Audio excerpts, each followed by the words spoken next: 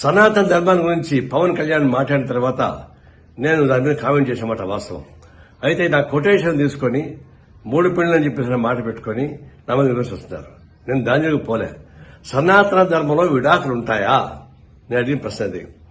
సనాతన ధర్మంలో విడాకులు లేదు. ఎందుకంటే ఒకసారి పెళ్లి చేసుకున్న తర్వాత భర్త ఎంత వేధించినా, ఎంత ఏడిపించినా, వాడు ఎంత ఏదో పనులు చేసినా అతనితోనే కాపురం చేయాలి.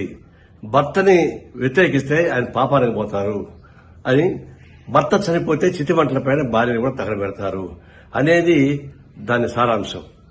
అలాంటి సారాంశం నెత్తికెక్కించుకొని పవన్ కళ్యాణ్ మాట్లాడుతున్నప్పుడు మరి విడాకులే లేనప్పుడు మరి మీరు ముగ్గురికి విడాకులు ఇచ్చారని చెప్పేసి ప్రశ్న నేను ముగ్గురు ఒకసారి పెళ్లి చేసుకొని చెప్పలే.